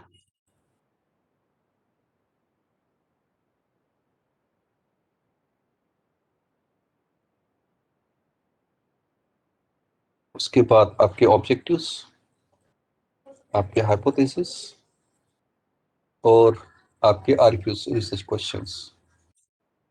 यहाँ से क्लू मिलता है कि आपकी डेटा रिक्वायरमेंट्स क्या है, और ये सब के सब बात करते हैं आप करना क्या चाहते हो। अगर ये क्लियर है, अगर ये क्लियर है और इसमें से इन सबको ध्यान में रखते हुए you need to list your variables, इसमें से निकलेगा, डिड्यूस करके इन सबको रेफर करके हम लोग बनाएंगे लिस्ट ऑफ वेरिएबल्स। और ये बताएगा, ये बता रहे हैं हम करना क्या चाहते हैं, और ये बता रहे हैं ये करने के लिए डेटा क्या लगेगा। डेटा वेरिएबल पे कलेक्ट होता है। अगर आपको ये चीज आती है, ये तो आपके पास है ही, अभी भी है, मैंने नहीं पढ़ा तो भी आपके पास ये सिनॉप्सिस में तो लिखा हुआ है। टॉपिक है, प्रॉब्लम स्टेटमेंट है, ऑब्जेक्टिव्स है, हाइपोथेसिस है, रिसर्च क्वेश्चन शायद नहीं होंगे, छोड़ दीजिए फॉर द टाइम। ये चीजें तो है आपके पास। क्या आपको इसमें से लिस्ट ऑफ वेरिएबल बनाना आता है? तो फिर आपका रिसर्च आसानी से हो जाएगा। Message is, if If your what is clear, then how can be discussed? Getting me? If this is clear, then and only then you can discuss about how to do. यानी मुझे एक frequently asked question ये आता है, मेरे लगभग daily research scholar से interaction होते हैं, और मुझे एक जो बहुत ही ज्यादा पूछे जाने वाला क्वेश्चन जिसको मैं एफएक्यू कहता हूँ कि सर ये मेरा हाइपोथेसिस है, ओके, 1 2 3 4 5 6 7 8 H1 H2 जिसको हम लोग कहते हैं, सर ये मेरे 8 हाइपोथेसिस है, मुझे बताइए इसको मैं कौन सी टेस्ट लगाऊं। ये शायद आपके मन का भी सवाल होगा। अगर आपको ये मालूम है आपके ऑब्जेक्टिव्स 1 2 3 4 5 इसको लेके क्या करना है और हाइपोथेसिस को टेस्ट कौन सी लगानी है, तो आपका रिसर्च बड़ा आसान है। पर पर ऑब्जेक्टिव्स को हम लोग सेटिस्फाई करते हैं और हाइपोथेसिस का हम लोग, मृणालिनी मैडम थोड़ा सा म्यूट करेंगे आप, मृणालिनी मैडम थोड़ा सा म्यूट करेंगे आप। ऑब्जेक्टिव्स को सेटिस्फाई करते हैं और हाइपोथेसिस का टेस्टिंग करते हैं। और हाइपोथेसिस को सेटिस्फाई कैसे करना है और हाइपोथेसिस को टेस्ट कौन सी लगानी है, ये दो सवालों के जवाब अगर आपको मिल जाएंगे तो आपका रिसर्च बड़ा आसान है। वही बात है, आपको सबसे पहले तो चेक करना होगा कि आप करना क्या चाहते हैं इन स्पेसिफिक सेंस। करना क्या चाहते हैं आप तो लिख चुके हैं ऑलरेडी, आपने टॉपिक डिसाइड कर लिया है, आपने ऑब्जेक्टिव्स हाइपोथेसिस बना लिए हैं। मैं बात कर रहा हूँ उन चीजों को ऑपरेशनलाइज करने की, उन चीजों को ऑपरेशनलाइज करने की। क्या आपको उन चीजों को ऑपरेशनलाइज करना आता है? ऑपरेशनलाइज करना यानी क्या? वेरिएबल्स आइडेंटिफाई करना, कंस्ट्रक्ट्स, फैक्टर्स और एट्रीब्यूट्स। क्या आप ये चीजें डिड्यूस कर सकते हो ऑब्जेक्टिव हाइपोथेसिस से? तो फिर आपका रिसर्च बड़ा आसान है। Means what? If your what is clear, if you know what to do, then how can be discussed. बहुत सारे लोगों को तकलीफ यहाँ पे है, ये चीजें ऑपरेशनलाइज नहीं हुई है, तो ये कैसे करना है इसको लेके बड़ा क्वेश्चन मार्क है। ठीक है? अभी मैं बात कर रहा हूँ इसकी, how to operationalise your hypothesis and objectives. देखिए हम लोगों को जो एनालिसिस करना है, रिसर्च करने में एक मुख्य प्रक्रिया है एनालिसिस करना, डेटा का स्टैटिस्टिकल एनालिसिस करना। अभी बहुत सारे रिसर्च स्कॉलर्स को एक साथ देखा जाता है, सिनॉप्सिस बना लेते हैं, क्वेश्चनियर बना लेते हैं और डेटा कलेक्शन कर लेते हैं। उसके बाद प्रॉब्लम आना शुरू होता है कि डेटा कलेक्शन के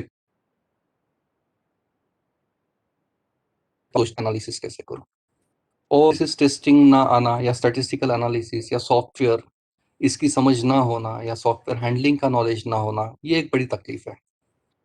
और हमको जो काम आते नहीं है वो हम लोग आउटसोर्स करना शुरू करते हैं। पर सही में इसकी जरूरत है क्या? आउटसोर्स करने की जरूरत है क्या? आप रिसर्च कर रहे हैं, इसका मतलब क्या है? आप कोई तो भी नई चीज ढूंढ रहे हैं जो अस्तित्व में नहीं है, और आप ऐसी एक चीज ढूंढ रहे हैं जिसकी वजह से दुनिया का, सोसाइटी का भला होगा, और एक कुछ तो भी कंट्रीब्यूशन आप अपनी तरफ से दे रहे हैं आपके टॉपिक में, आपके सब्जेक्ट डिसिप्लिन में। तो वो जो नई चीज ढूंढने की प्रोसेस है उसमें ये एक बड़ी चीज है, चीजों को एनालाइज करना और उसकी फाइंडिंग्स डिड्यूस करना। अगर आप ये चीज आउटसोर्स कर रहे हो, ये चीज आउटसोर्स कर रहे हो, तो फिर रिसर्च क्या कर रहे हैं हम लोग? सिनॉप्सिस बनाने को रिसर्च कहते हैं? मेरे ख्याल से तो नहीं। क्या क्वेश्चनर बनाने को रिसर्च कहते हैं? मेरे ख्याल से नहीं। रिसर्च करने के लिए एक जो लॉजिक एक्यूमेन या एक्सपर्टाइज लगता है, इट लाइज ओवर हियर, कि आप नंबर क्रंचिंग या फिर पैटर्न्स कैसे डिड्यूस कर पा रहे हो। तो मुझे नहीं लगता कि ये इतनी सिंपल चीज के लिए आपने आउटसोर्सिंग करनी चाहिए। एक सिंपल सी बात आपको भी ध्यान में आई होगी अभी तक।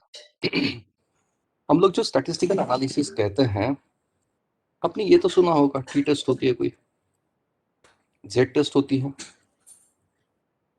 या आपने एनोवा के बारे में सुना होगा, one way two way ANOVA, one factor two factor, MANOVA होता है, कॉन्कोवा होता है। आपने कोरिलेशन रिग्रेशन के बारे में सुना होगा,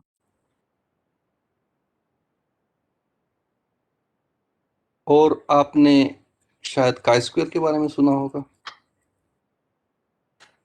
अभी इसके बाद मैं आपको पूछता हूँ कि और कौन से टेस्ट के बारे में सुना है, तो फिर आदमी सोचना शुरू कर देता है।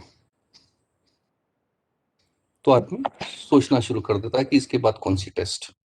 ओके, और आप शायद, आपके पास जो हाइपोथेसिस है उसको टेस्टिंग के लिए शायद यही चीजें यूज करेंगे। ओके, कितना बनता है ये, 1 2 3 4 5 और 6। हमको 5 साल का समय दिया गया है, तो 5 साल में ये चीजें तो बिल्कुल की जा सकती है। 1 साल में एक, बहुत ज्यादा हो गया। एक्चुअली टी टेस्ट मेरे ख्याल से 2 घंटे से ऊपर नहीं लगते हैं, 3 प्रकार के टी टेस्ट जो हम लोग करते हैं। जेड टेस्ट तो करना ही नहीं है। एनोवा, हाँ थोड़ा सा टाइम शायद, एक 3 3 घंटे के 2 सेशंस, यानी 6 घंटे पकड़ लीजिए आप। कोरिलेशन रिग्रेशन जो हमको करना है, सिंपल या मल्टीपल, तो मैं कह रहा हूँ इसको 10 घंटे पकड़ लीजिए। का स्क्वायर 1 घंटे के ऊपर नहीं लगता है, काउंट करिए। 5 साल में क्या हमारे पास 15 घंटे नहीं है कि हम लोग हमारा एनालिसिस कर लेंगे? बिल्कुल कर सकते हैं। सिर्फ सोच उस तरीके से चाहिए कि हमारा हाइपोथेसिस टेस्टिंग का, हमारा एनालिसिस का पार्ट हमको करना है। ट्रेनिंग ले लीजिए, ये चीज़ें मुझे आसान लगती हैं। बात करते हैं एनालिसिस की। चैट बॉक्स ब्लिंक कर रहा है, मैं एक बार चेक कर लेता हूँ। माधव भाम्बेरे सर बोल रहे हैं, sir can you put more focus on experimental research please. Sir incidentally मुझे जो टॉपिक दिया गया है क्वेश्चनर डिजाइनिंग का, ये एक्सपेरिमेंटल रिसर्च का पार्ट नहीं है, ये सोशल रिसर्च जिसको कहते हैं उसका है, तो मुझे इसके ऊपर बात करना जरूरी है। हाँ, अगर आपके कोई स्पेसिफिक क्वेश्चंस होंगे तो आप सेशन के आखिर में पूछ सकते हैं, मैं जवाब देने की कोशिश करूंगा। पर एक एश्योर कर रहा हूँ कि मैं टॉपिक को छोड़ के बात नहीं कर रहा हूँ, जो टॉपिक मुझे दिया है उसी के ऊपर बात कर रहा हूँ। बात कर रहे हैं हम लोग एनालिसिस की। Let me clear all this things first. देखिए, आपका पूरा का पूरा एनालिसिस का जो पार्ट है, it revolves around the set of objectives and hypothesis. Analysis करने के लिए आपके पास दो ही चीजें हैं, ऑब्जेक्टिव्स और हाइपोथेसिस। ऑब्जेक्टिव्स को सेटिस्फाई करते हैं और हाइपोथेसिस का टेस्टिंग करते हैं। आप कभी ये नहीं बोल सकते कि ऑब्जेक्टिव नंबर 2 को मैं कौन सी टेस्ट लगाऊं, ये मीनिंगलेस सेंटेंस हो जाएगा, क्योंकि ऑब्जेक्टिव्स को कभी कोई टेस्ट नहीं लगती है। टेस्ट हाइपोथेसिस को लगती है, और ऑब्जेक्टिव्स को सेटिस्फाई करना होता है by using certain statistical techniques, जिसमें आप ग्राफिकल प्रेजेंटेशन की बात कर सकते हो या फिर कंप्यूटेशन ऑफ समरी स्टैटिस्टिक्स की बात करते हो। देखिए, बहुत ही इंटरेस्टिंग स्लाइड है। Over here as you can see, this man has got stuck himself, and the message over here is, before you start anything you should learn how to finish it. Rather, I will say, you must start with end in mind। यानी में you must start with end in mind, तो चीज़ें बड़ी आसान हो जाती है। मुझे लगता है आपकी रिसर्च की जर्नी बड़ी सक्सेसफुल हो जाएगी। आज जो भी पीएचडी कर रहा है उनसे एक बार बात करिए और पूछने की कोशिश करिए कि वो पीएचडी करने की प्रोसेस को एंजॉय कर पा रहे हैं क्या। Are they really excited about their own research projects? तो शायद जवाब जो है वो मिक्स्ड आएगा। यानी में बहुत सारे लोगों को अपनी रिसर्च, पीएचडी की रिसर्च की प्रक्रिया को एंजॉय करते हुए या एक्साइट दिखते नहीं कि मैं पीएचडी कर रहा हूँ, तो उसको एक्साइटमेंट यानी क्या, मैं तो बोल रहा हूँ पैशन। कैसे कितने लोग हैं कि पीएचडी आपके मन में घूमती रहती है या दिमाग में घूमती रहती है, और जिसकी वजह से आपको नींद में भी वही चीजें दिखती है। ये शायद बहुत कम लोगों के साथ होता है, जिसको पैशन कहा जाता है। और ये तभी डेवलप होगा जब जब आपको मालूम होगा कि आपको करना क्या है। My message to you is, begin with end in mind. Begin with end in mind.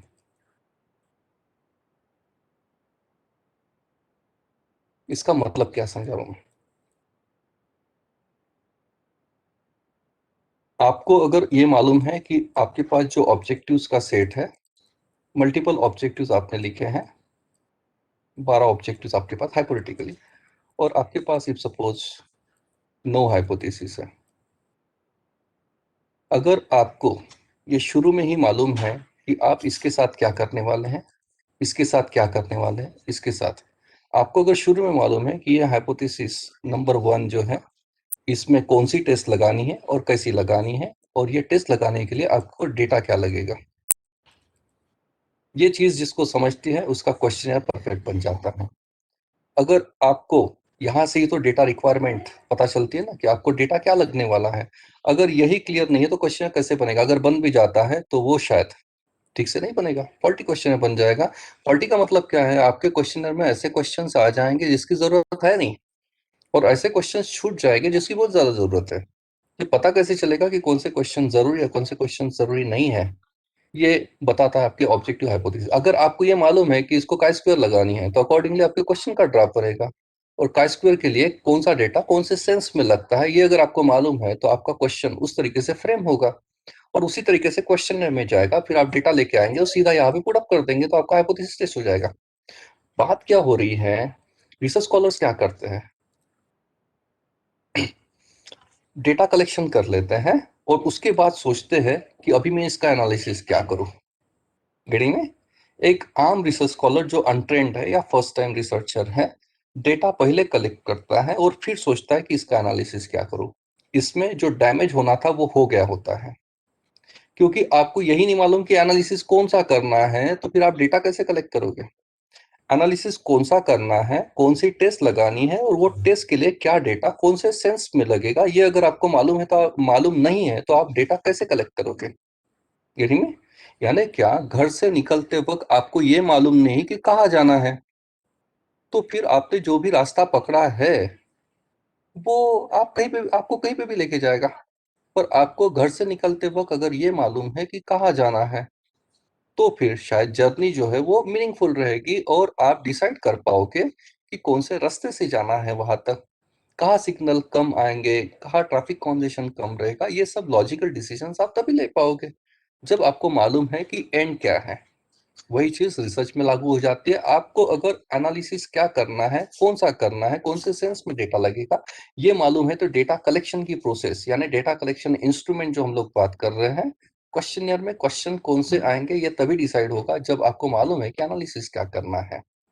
तो एक आम रिसर्च स्कॉलर पहले डेटा कलेक्ट करता है और फिर सोचता है एनालिसिस क्या करूं, और मैं एग्जैक्टली उल्टा कह रहा हूं, पहले चेक कर लीजिए कि आपको एनालिसिस क्या करना है, और फिर बैक ट्रैक करके डेटा कलेक्ट करने की कोशिश करिए। यानी क्या, आपका डेटा रिक्वायरमेंट का पार्ट यहां से शुरू होता है।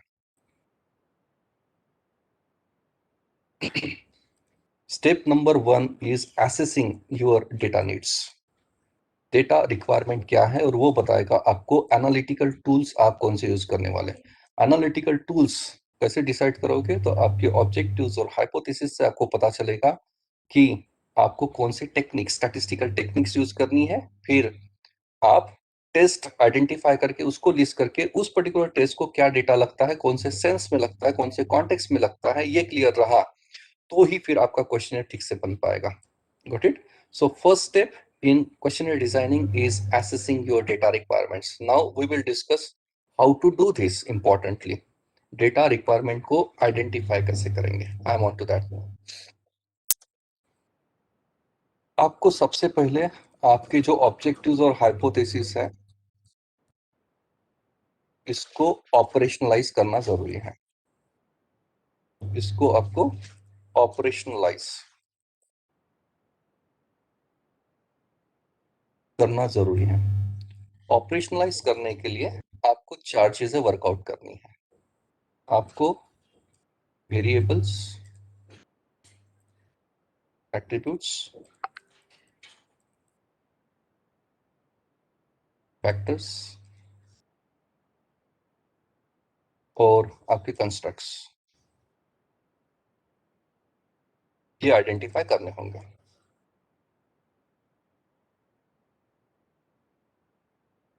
अगर आपको ये टर्म का मतलब नहीं मालूम तो मैं समझा रहा हूँ।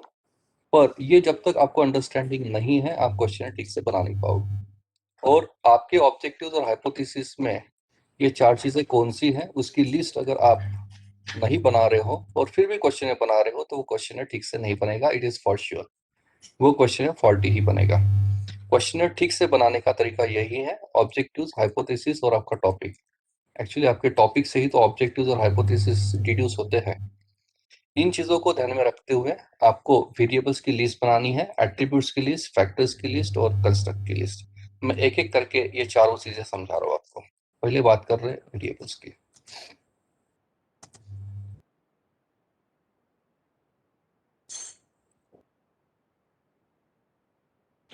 वेरिएबल की लिस्ट आपको तैयार करनी है, उसके बाद ही क्वेश्चन है, या फिर एक्सपेरिमेंट बेस्ड भी अगर आपका है तो एनालिसिस के लिए सबसे पहले अगर आपको करना है तो वो है लिस्ट ऑफ वेरिएबल्स। ये कंपलसरी है, उसके सिवा एनालिसिस हो नहीं पाएगा और डेटा कलेक्शन भी ठीक से नहीं हो पाएगा। आप एक्सपेरिमेंट कर रहे हो या फिर आप क्वेश्चन बना रहे हो, पार्ट अपार्ट। वेरिएबल्स ये जो टर्म है, ये वैरी ये शब्द से बनी है। वैरी, वैरी का मतलब होता है changing. Vary means change. Change का मतलब है जो कंटिन्यूअसली चेंज होती रहती है, ऐसी कोई characteristic. Variable is basically a characteristic,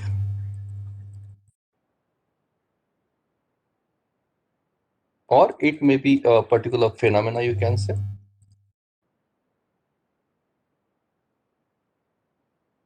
Variable is a characteristic or a phenomena which is changing. Variable is a characteristic which is changing. That is called as variable. ये डेफिनेशन जो है ये आपको गूगल पे मिल जाएगी। Variable is a characteristic which is changing. If you type on Google search window कि what is a variable, तो you will get this definition. Variable is a characteristic which is changing. पर importantly सिर्फ इससे इससे तो knowledge आ गया आपको कि वेरिएबल की डेफिनेशन क्या है। मैं बात कर रहा हूँ स्किल की। ये वेरिएबल की डेफिनेशन जान के वैसा भी हमारा प्रोजेक्ट आगे नहीं बढ़ने वाला है। ये हो गया नॉलेज, हमको चाहिए स्किल। स्किल यानी क्या? आपके ऑब्जेक्टिव्स, आपको आपके हाइपोथेसिस को ध्यान में रखते हुए आपके खुद के वेरिएबल्स आप डिड्यूस कर पाते हो क्या, that is what is called a skill. वो मैं समझा रहा हूँ कि वो कैसे डेवलप करना है। आपको वेरिएबल की डेफिनेशन को थोड़ा सा टिल्ट करना होगा। मेरी जो डेफिनेशन है वेरिएबल की वो ये है, variable is a characteristic which is changing with a given context. With a given context, वो context study to study change होता है। आपके ऑब्जेक्टिव में आपके ऑब्जेक्टिव में आप चेक करेंगे 1 2 3 आप जो लिखते हो, इसमें एक सेंटेंस होता है, एक या दो लाइन का। और इसमें आप ऑब्जर्व करिएगा, आपके सामने अभी सिनॉप्सिस होगा तो काउंट करिए, यहाँ पे अलग अलग वर्ड्स होंगे और ये वर्ड्स लगभग 12 से 20 के आसपास कहीं होते हैं ऑब्जेक्टिव में। आपको ये 12 से 20 में कोई एक या दो शब्द ऐसे हैं जिसको वेरिएबल कहते हैं, वो आपको आइडेंटिफाई करना है, यानी उसको सर्कल करना है। अभी ये पता कैसे चलेगा, इतने सारे ऑब्जेक्टिव्स है और हर ऑब्जेक्टिव में आपके 12 से 20 वर्ड्स है, इसमें आपको सर्कल करना है एक या दो वर्ड को जिसको वेरिएबल कहेंगे। वो कैसे पहचानेंगे कि ये पूरे सेंटेंस में वेरिएबल कौन सा है, वो मैं समझा रहा हूँ। Variable is a characteristic which is changing with a given context. अभी आपके ऑब्जेक्टिव में ये चेक करिए कि जो एक सेंटेंस लिखा है उसमें ऐसा कोई शब्द है क्या कि जो इंडिविजुअल टू इंडिविजुअल रेस्पॉन्सेस अलग आएंगे। Person to person survey based project में इंडिविजुअल टू इंडिविजुअल, यानी पर्सन टू पर्सन या रेस्पोंडेंट टू रेस्पोंडेंट में बोल रहा हूँ। आप 500 लोगों का सर्वे कर रहे हो, suppose your sample size if suppose it is 500, और ये 500 लोगों को आप एक कोई क्वेश्चन पूछ रहे हो और 500 लोगों के अगर रेस्पॉन्सेस, रेस्पोंडेंट टू रेस्पोंडेंट जो कैरेक्टरिस्टिक चेंज होगी उसको हम लोग वेरिएबल कहते हैं। अगर आप ये 500 रिस्पोंडेंट को पूछ रहे हैं कि what is your monthly gross income, what is your monthly gross income, और यहाँ पे आपके रेस्पोंडेंट नंबर है सपोज 1 से 500, और यहाँ पे रेस्पॉन्सेस चेंज होते जा रहे हैं जैसे रेस्पोंडेंट चेंज हो रहा है। पहला जो है वो बोल रहा है कि 37,000, दूसरा बोल रहा है इफ सपोज 17,000, तीसरा बोल रहा है 29,000 लाइकवाइज। आप देख रहे हैं हम लोग इनकम को वेरिएबल कह रहे हैं क्योंकि ये चेंज हो रहा है। किस कॉन्टेक्स्ट में? तो रेस्पोंडेंट टू रेस्पोंडेंट आप सर्वे कर रहे हैं, तो रेस्पोंडेंट टू रेस्पोंडेंट जो चीज चेंज हो रही है उसी को वेरिएबल कहेंगे। इसमें इनकम हो सकता है आपका, या फिर आपका कोई स्कोर्स जैसे आईक्यू लेवल, या फिर स्ट्रेस लेवल जो आप चेक करते हो, work life balance, emotional intelligence, ये सब जो आप मेजर करते हो, सोशियो इकोनॉमिक स्टेटस, ये सब जो आप मेजर करते हो, ये रेस्पोंडेंट टू रेस्पोंडेंट अगर चेंज हो रहा है तो वही हमारे वेरिएबल्स है। Get me? सो आपको एक कॉन्टेक्स्ट देना होता है, विद अ गिवन कॉन्टेक्स्ट जो चीज चेंज हो रही है। जैसे मैंने यहाँ पे रेस्पोंडेंट टू रेस्पोंडेंट लिया, अभी मैं कॉन्टेक्स्ट चेंज कर रहा हूँ। सपोज मैं कॉन्टेक्स्ट ले रहा हूँ टाइम, टाइम टू टाइम जो चेंज होता है उसको हम लोग वेरिएबल कहेंगे। टाइम टू टाइम यानी क्या? कि जैसे टेम्परेचर, ओके, टेम्परेचर आज सवेरे 6 बजे आपने रिकॉर्ड किया, 7 बजे आपने रिकॉर्ड किया, 8 बजे, और दोपहर का 1 अभी बज रहा है। ये हर टाइम पॉइंट पे टेम्परेचर चेंज हो रहा है, इसलिए टेम्परेचर वेरिएबल है। Means after taking into consideration time dimension, if a characteristic is changing with a time dimension, that particular characteristic is considered as variable. बाद में नागपुर की पॉपुलेशन, नागपुर पॉपुलेशन, मैं बात कर रहा हूँ फिर से टाइम वेरिएबल। इफ सपोज मैं 2011, 12, 13 और 2021 हर टाइम फ्रेम पे मैं नागपुर की पॉपुलेशन ले रहा हूँ, तो यहाँ पे हर बार मुझे कोई अलग फिगर्स मिल रहा है। So Nagpur's population will be considered as a variable because it is changing with reference to time. As you can see, this is time dimension. Time period हम लोग बोलते हैं इसको। So time to time जो change हो रहा है उसको variable कहेंगे। और एक context आपकी example के लिए वो है place. Place to place जो change होता है उसको हम लोग variable कहेंगे। Place to place जो change होता है उसको variable कहेंगे। In what sense? जैसे मैं 5 places ले रहा हूँ, नागपुर, वर्धा, गोंदिया, अकोला और ये सपोज पुसद, और यहाँ पे इस तरफ मैं ले रहा हूँ number of Covid patients, active Covid patients at the moment. यहाँ पे कुछ और फिगर होगी, यहाँ पे कुछ और, यहाँ पे कुछ और, यहाँ पे कुछ और, यहाँ पे कुछ और। यानी क्या? प्लेस टू प्लेस जो फिगर चेंज हो रही है उसको हम लोग वेरिएबल कहते हैं। So you need to identify कि आपके ऑब्जेक्टिव में ऐसी कौन सी चीज है जो एक कॉन्टेक्स्ट देने के बाद चेंज हो रही है। तो वेरिएबल जो हम लोग ऑपरेट करते हैं जैसे साइंस में, फिजिकल, जैसे न्यूट्रिशन में हम लोग न्यूट्रिशन स्टेटस के एस्टिमेशंस निकालते हैं, जिसमें प्रोटीन वैल्यू हो गई या फिर आपके फाइबर, फैट्स, ये सब आप जो निकालते हो, तो ये पेशेंट टू पेशेंट या फिर प्लांट टू प्लांट, अगर प्लांट से लेके एस्टिमेशन है आपका, तो वो डिफर करता है कि एक प्लांट में इफ सपोज फैट्स किसी और मात्रा में होंगे और दूसरे प्लांट में वही फैट्स की मात्रा शायद कम होगी, तो वो जो है fat value, that estimation value is considered as your variable. Social sciences में हम लोग जो करते हैं, जिसमें इनकम हो गया या किसी चीज के एवरेजेस हम लोग निकालते हैं, average population, average education level वगैरह, ये सब जो है ये एग्जांपल्स है आपके वेरिएबल्स के।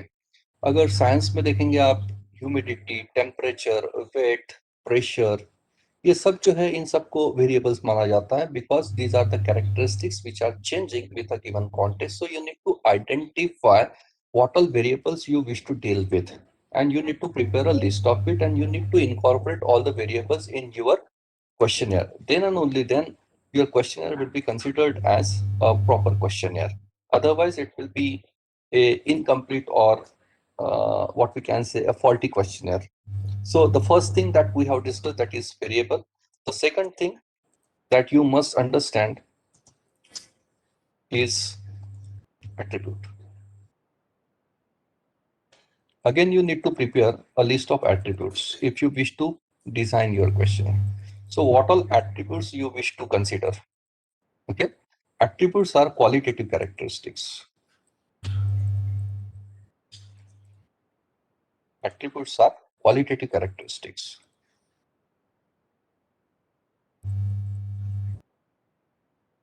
What does this mean? देखिए, अभी हमने जो बात की वेरिएबल की, variables are generally quantitatively express. Variables are quantitatively expressed, but attributes are qualitative characteristics.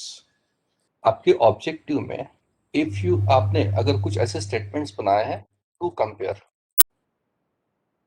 Compare what, यहाँ पे जो आएगा to compare that is variable. To compare if suppose IQ level of, compare किसका, if suppose male and female students. तो यहाँ पे IQ is a variable and male and female are considered as your characteristics or attributes. These are qualitative characteristics. यहाँ पे categories आती है, male, female, educated, uneducated, rural, urban, married, unmarried, जिसको attributes कहा जाता है. और attributes are qualitative और categorical characteristics you can say. तो आप टू कंपेयर कर रहे हैं या फिर टू एग्जामिन रिलेशनशिप, या फिर to examine association, to study association. ये अगर आपने ऑब्जेक्टिव बनाए हैं तो association of what, this and that, ये जो लिख रहे हैं आप, these are typically considered as your attributes, and you need to prepare a list of variables and attributes at the outset so that you can incorporate all these attributes and variables in your questionnaire. This is the second thing. Now the third thing, that is called as factor. So factor is basically a group of variables. जैसे consumer attitude, ये आपको measure करना है. This is a factor. Factor is a composite term. Factor is a composite term. Composite का मतलब है which is made up of several attributes, several characteristic. Attitude measure करने के लिए आप ऐसा नहीं पूछ सकते हो कि व्हाट इज योर एटीट्यूड, अगला क्या लिखेगा उसमें, मैं क्या लिखूं. Getting? So you need to measure this kind of composite terms indirectly. These are indirect measurements. Factors and constructs both. These are indirect measurements. मैं थोड़ा सा बता देता हूँ आपको डायरेक्ट और इनडायरेक्ट मेजरमेंट में फर्क क्या है. खास करके साइंस, इंजीनियरिंग, टेक्नोलॉजी में डायरेक्ट मेजरमेंट होता है. Even science, physical sciences, direct measurement, और दूसरा होता है indirect measurement.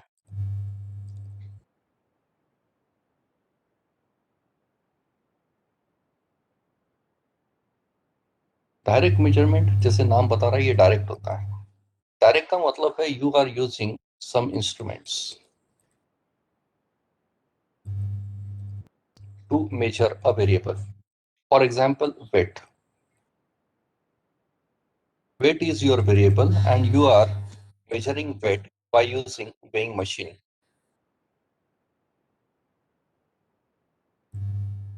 Okay. If you wish to measure temperature,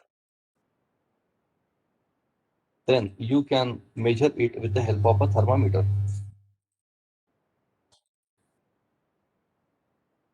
तो कोई इंस्ट्रूमेंट, कोई गैजेट, कोई उपकरण यूज करके जब आप मेजरमेंट लेते हो तो उसको डायरेक्ट मेजरमेंट कहा जाता है.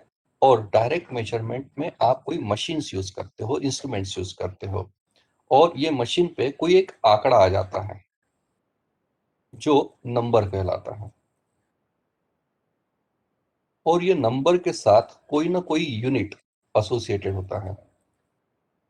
जैसे आपने वेइंग मशीन यूज की, वेट ले लिया, तो आप इसको क्या बोलेंगे. इफ सपोज वेट आया है 54 केजी बोलेंगे हम लोग इसको.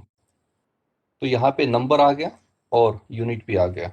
थर्मामीटर से आपने टेम्परेचर ले लिया और temperature if suppose it is at the moment 31 degree, आप बोल रहे 31 डिग्री सेंटीग्रेड, तो नंबर भी आ गया और एक एक्सप्रेसिंग यूनिट भी आ गया। ये होता है जनरली आपके science, technology, engineering, medicine, life sciences, इसके जो रिसर्च प्रोजेक्ट्स होते हैं वहाँ पे मेजरमेंट जनरली डायरेक्ट मेजरमेंट्स होते हैं और ये एक्सपेरिमेंट करके किए जाते हैं।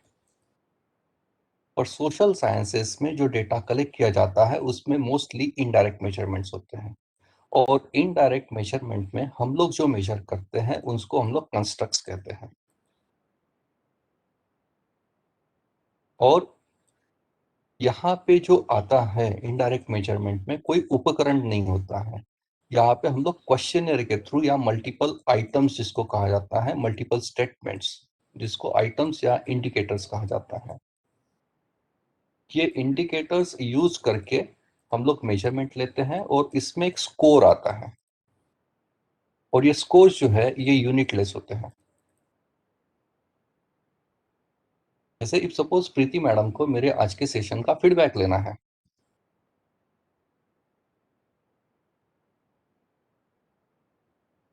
और फीडबैक में आप 50 लोगों का मेरे सेशन का फीडबैक लेना है, तो feedback is considered as a construct.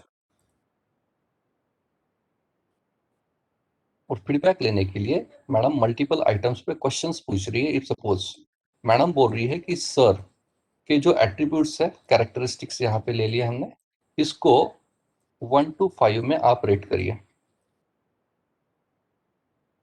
1 stands for very poor and 5 stands for very good. तो यहाँ पे एट्रीब्यूट्स दे दिए, जैसे मेरा पीपीटी, मेरा सब्जेक्ट नॉलेज, बाद में मेरी पंक्चुअलिटी कि मैंने टाइम पे शुरू किया और टाइम पे खत्म किया क्या, बाद में मैं आपके क्वेश्चन आंसर सेशन को कैसे डील कर रहा हूँ, आपकी क्वेरीज कैसे सेटिस्फाई कर रहा हूँ, मैंने जो स्टडी मटेरियल प्रोवाइड किया है उसकी क्वालिटी आपको कैसे लगी, स्टडी मटेरियल वगैरह वगैरह। ये हो गए आपके एट्रीब्यूट्स। ओके। और इस पे आ रही है रेटिंग। अभी आप सब लोग ये 5 में से हर एक डायमेंशन को लेके कुछ ना कुछ टिक मार्क कर दोगे। इस तरीके से टिक मार्क्स आएंगे। और उसके बाद जैसे यहाँ पे 1, 2, 3, 4 और 5 आइटम्स यूज किए हैं और किसी एक रेस्पोंडेंट ने ये क्वेश्चन फिलअप किया है, यहाँ पे दे रहा हूँ। तो अभी ये 3 + 2 5 और 4 9 और 5 14 और 1 15, यानी क्या फीडबैक का स्कोर आया है 15। ये नंबर में तो है, फीडबैक नंबर में है, पर इसका कोई यूनिट नहीं है, इट इज यूनिटलेस। और social sciences, commerce, management, interdisciplinary के जितने भी सब्जेक्ट्स हैं including library science, physical education, sociology, social work, economics, political science, public administration, commerce, management, consumer behaviour studies, social studies, ये सब में जो सर्वे बेस्ड रिसर्च प्रोजेक्ट्स किए जाते हैं उसमें मोस्टली कंस्ट्रक्ट्स पे काम किया जाता है। कंस्ट्रक्ट्स, और constructs are basically composite terms, these are abstract terms. कुछ एग्जांपल्स मैं बता रहा हूँ आपको, और इसको मल्टीपल आइटम्स की सहायता से मेजर किया जाता है और ये यूनिटलेस स्कोर्स इसमें आते हैं। कुछ एग्जांपल्स मैं आपको बता रहा हूँ। देखिए कंस्ट्रक्ट दो चीजों से बनता है, एक होता है सब्जेक्ट और दूसरा होता है variable.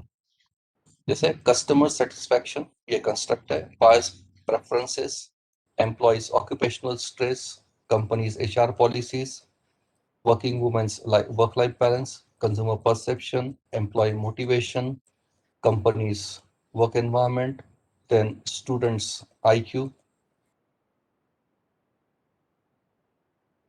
okay, pregnant women's, if suppose कोई एक वेरिएबल स्ट्रेस लेवल। तो इस तरीके से जो हम लोग ये जो पार्ट है मेजरमेंट का, इसको हम लोग कंस्ट्रक्ट्स कहते हैं। कुछ और एग्जांपल्स देखते हैं। यही जनरली मेजर किया जाता है। Emotional intelligence, stress, work life balance, attitude, work culture, perception, motivation, satisfaction, self-esteem, personality, organizational commitment, communication skill, academic skill, premarital attitude, इसमें क्वालिटी ऑफ लाइफ, ये सब चीज़ें जनरली हम लोग मेजर करते हैं। सोशियो इकोनॉमिक स्टेटस, ये सब चीज़ें जनरली मेजर की जाती है। और ये कुछ एग्जाम्पल्स है आपके कंस्ट्रक्ट्स के। और आपको ये आइडेंटिफाई करना है एट द आउटसेट कि आपके रिसर्च स्टडी में कितने कंस्ट्रक्ट्स हैं। जब तक आपको कंस्ट्रक्ट का लिस्ट नहीं मिलेगा और आपको कंस्ट्रक्ट की डेफिनेशन नहीं समझेगी कि ये चीज कंस्ट्रक्ट है, तब तक आप क्वेश्चन नहीं बना पाओगे। So you need to prepare a list of constructs, attributes, variables और फैक्टर्स। मैं थोड़ा सा एक स्लाइड से आपको समझा देता हूँ। ये एक चार्ट से पूरा क्लियर हो रहा है। देखिए, वर्क कल्चर मेजर करना है। ये रियल लाइफ प्रोजेक्ट ही है जिसमें वर्क कल्चर एक कंस्ट्रक्ट है और ये है फैक्टर्स। ये एक फैक्टर और ये factor. Factor is a group of, your construct is a group of multiple factors, and factor is a group of similar attributes. Similar attributes या variables, ये चारों variables एक ही चीज की बात कर रहे हैं। They are defining the same thing, that is individual performance. So, और ये जो है, ये हैं हमारे items, attributes, या इसको indicators कहा जाता है। और ये जो है, ये है responses की स्केल जिसको कॉन्टिनम कहा जाता है। हम लोग जो बात करते हैं ना 5 point Likert scale, 5 point scale, ये 7 पॉइंट भी होती है, 9 पॉइंट भी होती है, 11 पॉइंट भी होती है। तो यू नीड टू डिफाइन कि आप कौन सी स्केल यूज कर रहे हो। So this is how we generally identify our list of variables and list of constructs. तो मेरे ख्याल से I have already exceeded with the time, I must stop. मेरा ध्यान ही नहीं था घड़ी की तरफ। आपको कुछ क्वेश्चंस होंगे तो आप पूछ सकते हैं।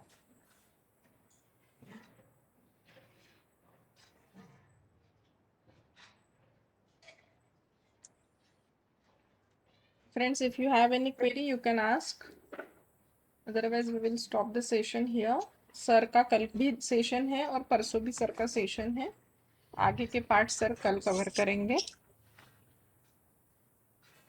कोणाला काही विचारायचं आहे?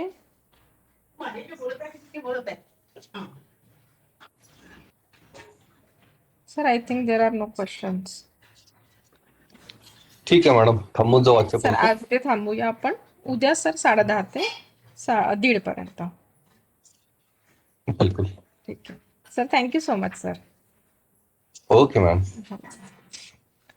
फ्रेंड्स अभी देखिए थोड़ा 5 मिनट अपना ज़्यादा हो गया है. So you will take a break and take your lunch and come back at 2 p.m. We will start with unit 4 simultaneously. Okay.